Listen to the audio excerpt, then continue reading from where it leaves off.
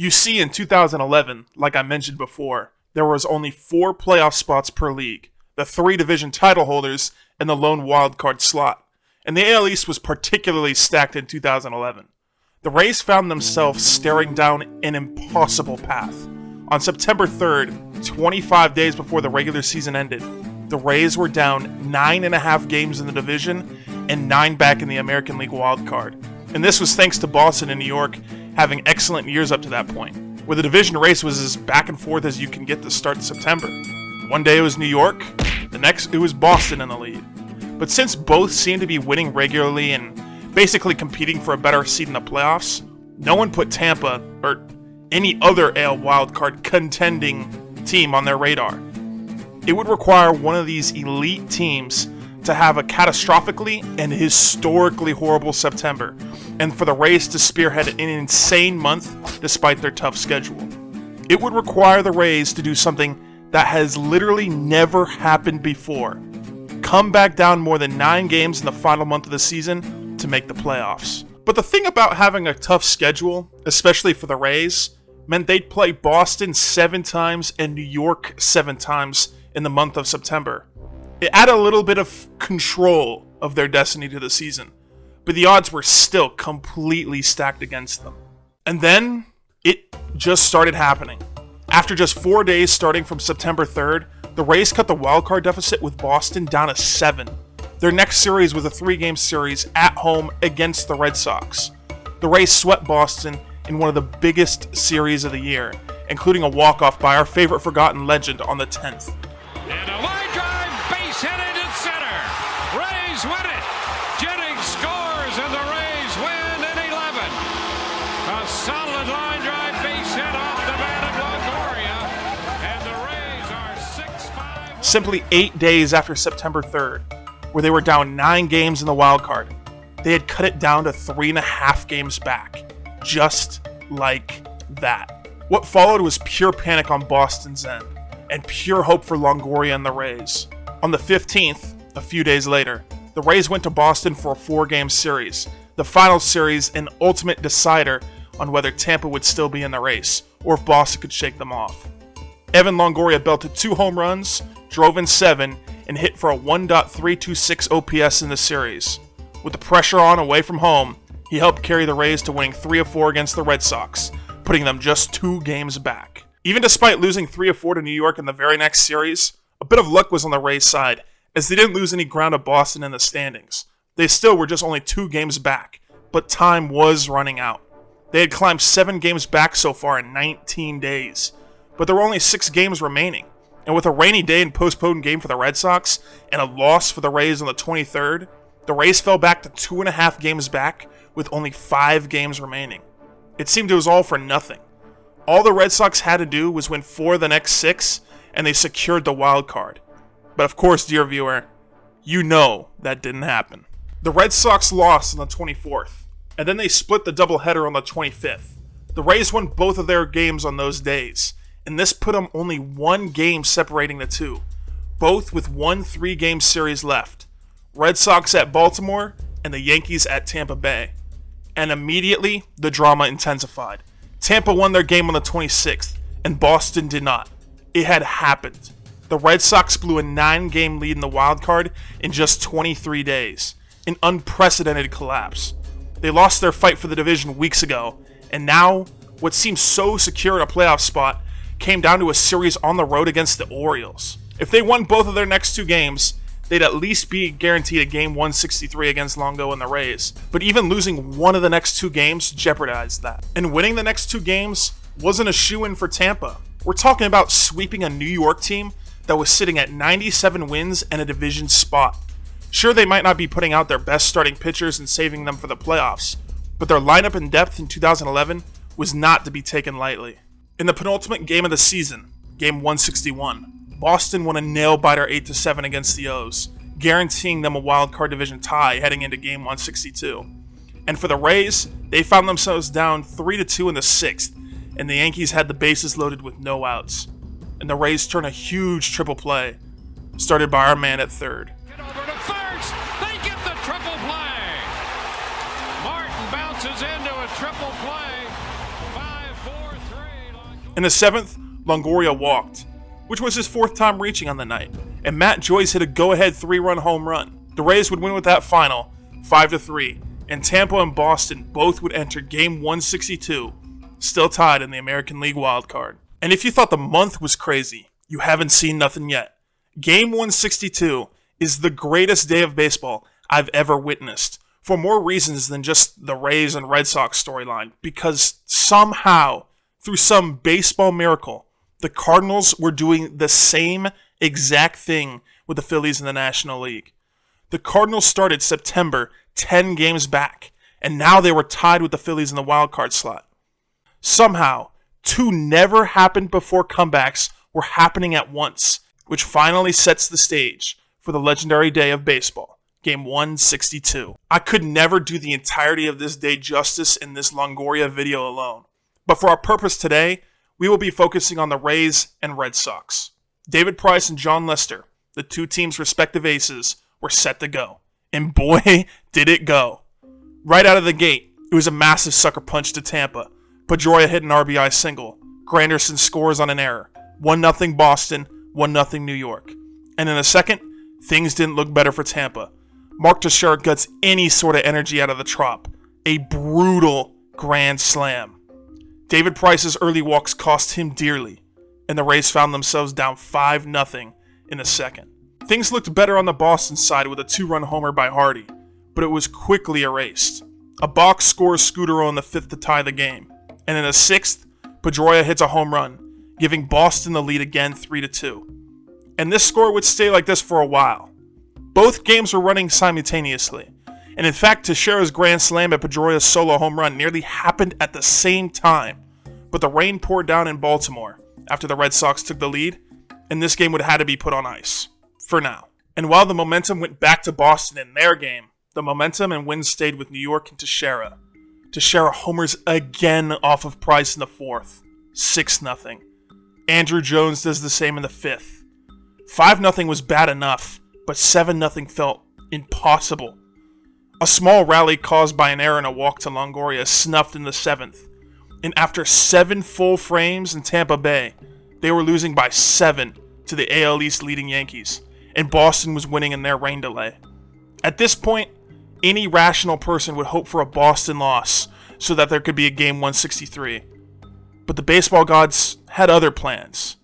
They wanted to mimic the Rays' late September comeback with a late 162 comeback. Because in the 8th, it happened. Johnny Damon singles. Ben Zobrist doubles. Casey Kochman gets hit by a pitch on his hand, and Samford walks on a 3-2 pitch. Just like that, it's 7-1, bases loaded, no one out. Sean Rodriguez gets hit by another pitch, 7-2. And after a strikeout and sac fly by Jennings and Upton, Evan Longoria, who you may have forgot this video was about, steps up to the plate. Ones that Evan was made for. And there it is! Long drive! Deep to left! Gone!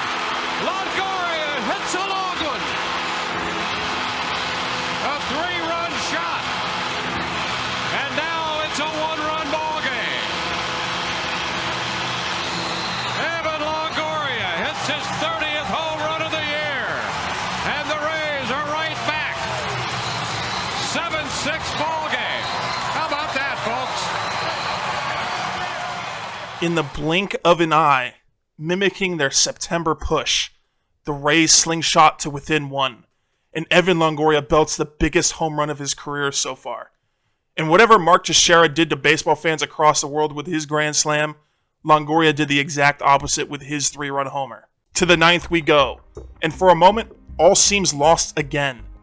Joe Madden sends in Dan Johnson as a pinch hitter, who, may I tell you, was hitting 108 that year and was 0 for 20 since April. The Rays' last hope to fully come back rests in a guy who was good in previous years but spent most of 2011 on the bench and in AAA.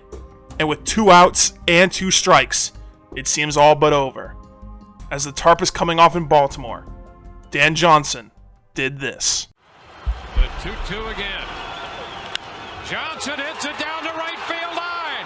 That ball's going to be fair and gone. He lines a pinch hit home run.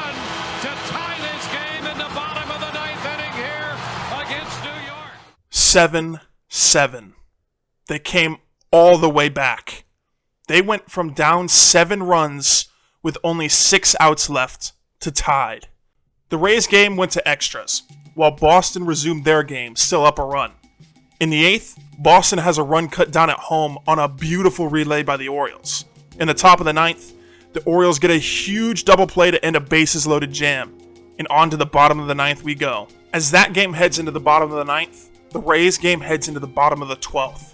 But in Baltimore, all seems bleak, as Jonathan Papelbon strikes out the first 2 in the 9th, putting Boston 1 out away from at least securing a Game 163. But a young Chris Davis doubles down the line to put the tying run into scoring position, and Nolan Reimold splits the outfielders with a ground rule double. Tied. Just like that. Just like with New York, Boston blows a 1-run lead in the 9th with no one on and 2 outs.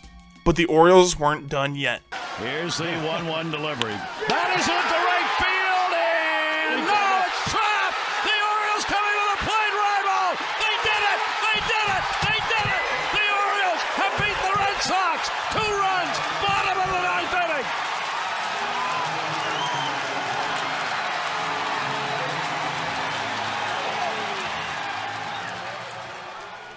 Game 163 was now at least secured for the Rays. No matter what, they'd play another game.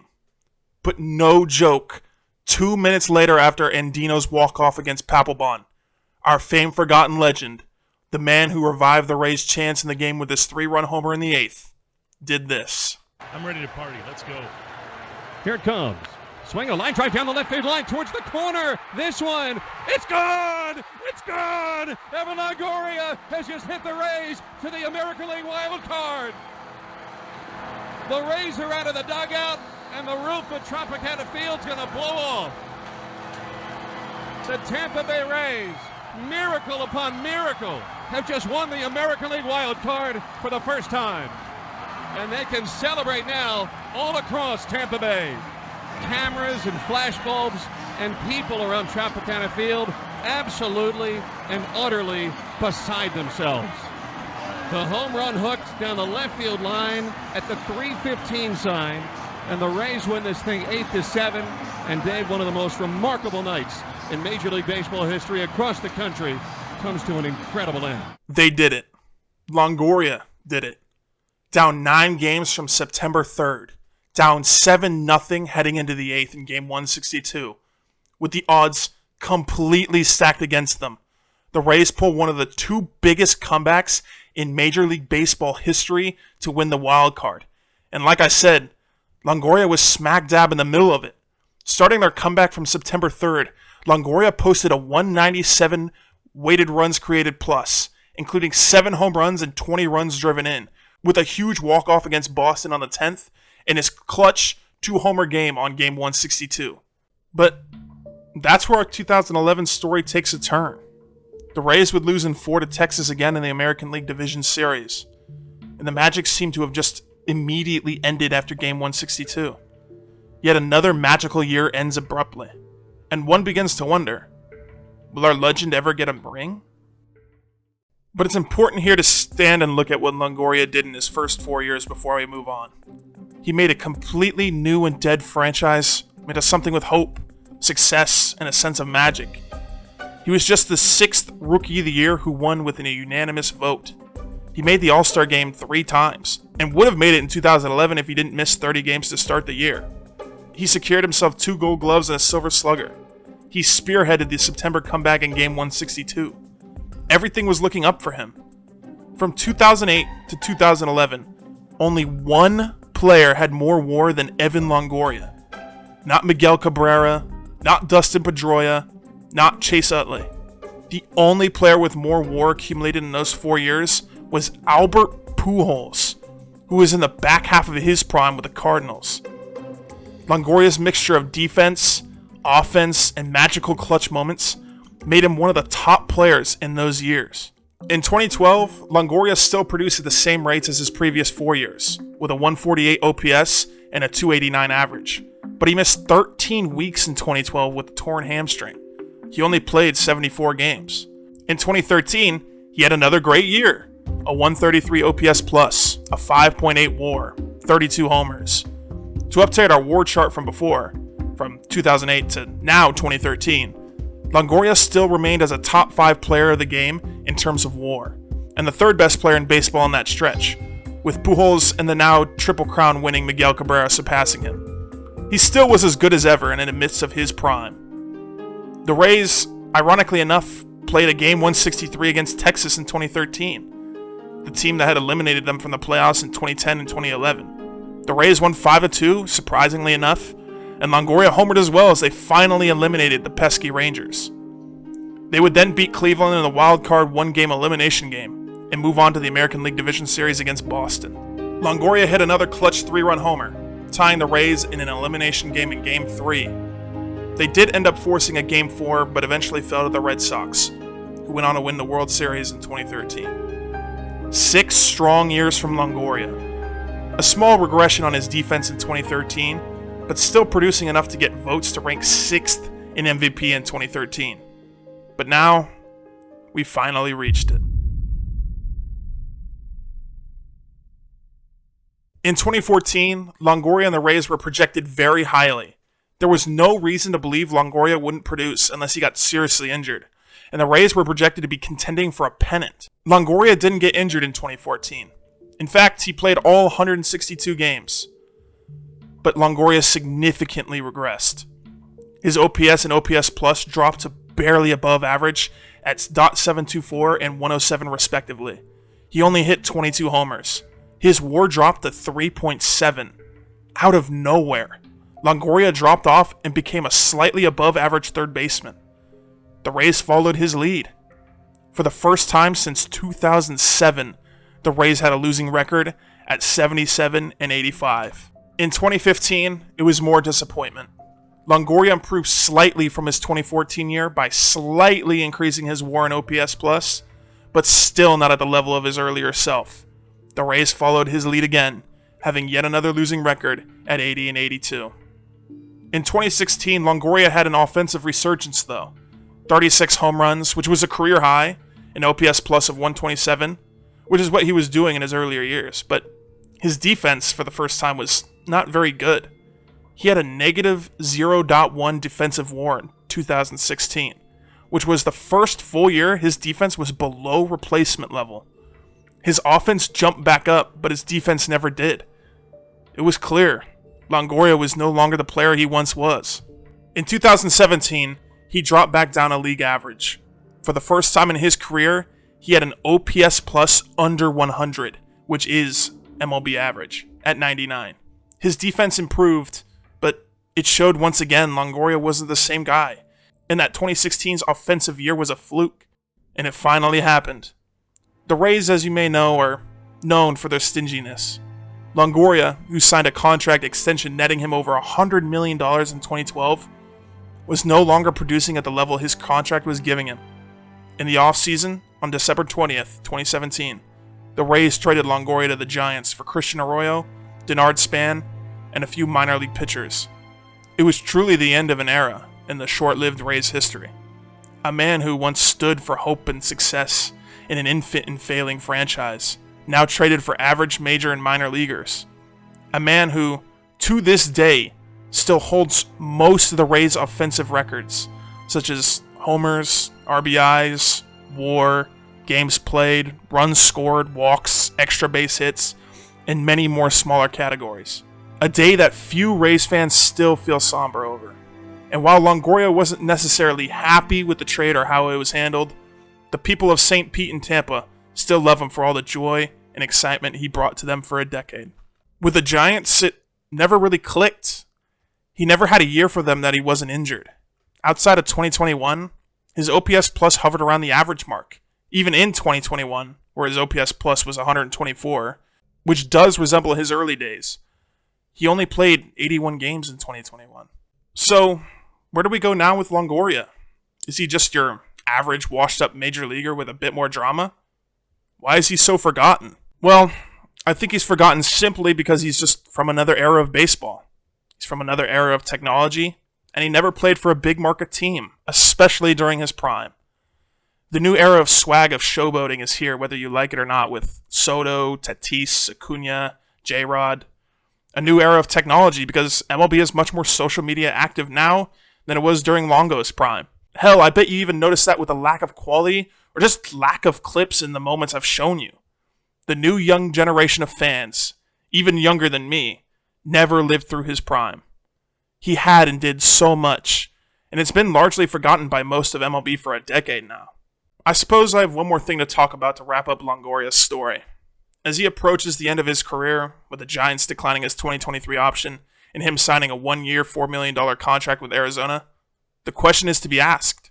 Is he going to retire soon? I mean, he's 37 years old, has a wife and kids, just signed a 1-year deal worth a third of what he was originally making a year prior. And if he is going to retire after 2023, will he be Hall of Fame worthy? I mean, it seems silly to ask. Your initial gut instinct is to say no, or perhaps you may now say, maybe he's on the ballot for a year and drops off, and you're most likely right if you're thinking the latter, but I think it's interesting to see where his numbers line up as of today.